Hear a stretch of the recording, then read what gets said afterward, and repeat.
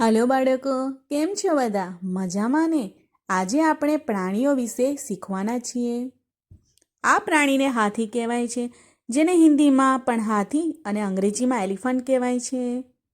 આ પ્રાણીને ગાય કહેવાય છે, જેને હિન્દીમાં ગાય અને અંગ્રેજીમાં કાવ કહેવાય છે. આ પ્રાણીને ઘોડો કહે છે, જેને હિન્દીમાં ઘોડા અને અંગ્રેજીમાં હોર્સ કહેવાય છે.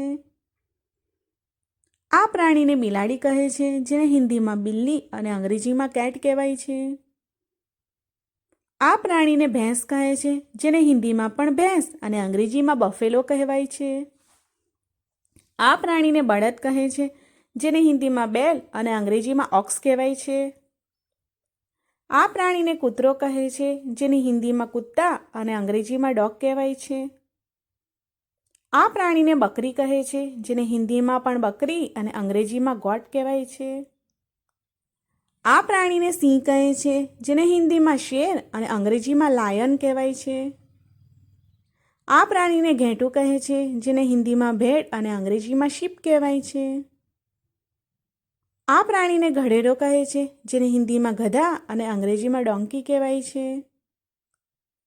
આ પ્રાણીને વાઘ કહે છે, જેને હિન્દીમાં બાઘ અને અંગ્રેજીમાં ટાઈગર કહેવાય છે.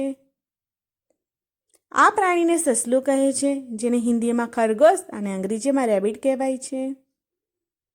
આ પ્રાણીને વાંદરો કહે છે, જેને હિન્દીમાં બંદર અને અંગ્રેજીમાં મંકી કહેવાય છે. આ પ્રાણીને જીરાફ કહે છે, જેને હિન્દીમાં જીરાફ અને અંગ્રેજીમાં પણ જીરાફ કહેવાય છે. આ પ્રાણીને રીંછ કહે છે, જેને હિન્દીમાં ભાલુ અને અંગ્રેજીમાં બિયર કહેવાય છે. આ પ્રાણીને ચિત્તો કહે છે, જેને હિન્દીમાં ચિત્તા અને અંગ્રેજીમાં પણ ચિત્તા કહેવાય છે. આ પ્રાણીને વરુ કહે છે, જેને હિન્દીમાં ભેડિયા અને અંગ્રેજીમાં વોફ કહેવાય છે. આ પ્રાણીને શિયાળ કહે છે, જેને હિન્દીમાં લોમડી અને અંગ્રેજીમાં ફોક્સ કહેવાય છે. આ પ્રાણીને ઊંટ કહે છે, જેને હિન્દીમાં પણ ઊંટ અને અંગ્રેજીમાં કેમલ કહેવાય છે. આ પ્રાણીને દીપડો કહે છે, જેને હિન્દીમાં તેંદુઆ અને અંગ્રેજીમાં પેન્થર કહેવાય છે. આ પ્રાણીને કાંગારૂ કહે છે, જેને હિન્દીમાં કંગેરું અને અંગ્રેજીમાં કંગારૂ કહેવાય છે. આ પ્રાણીને ગેંડો કહે છે, જેને હિન્દીમાં ગેંડા અંગ્રેજીમાં રીનો કહે છે. આ પ્રાણીને દીપડો કહે છે, જેને હિન્દીમાં તેંદુઆ અને અંગ્રેજીમાં પેન્થર કહેવાય છે. આ પ્રાણીને હિપોપોટેમસ કહે છે, જેને હિન્દીમાં જલહસ્તી અને અંગ્રેજીમાં હિપોપોટેમસ કહેવાય છે. આ પ્રાણીને પાંડા કહે છે, જેને હિન્દીમાં પાંડા અને અંગ્રેજીમાં પણ પાંડા કહેવાય છે.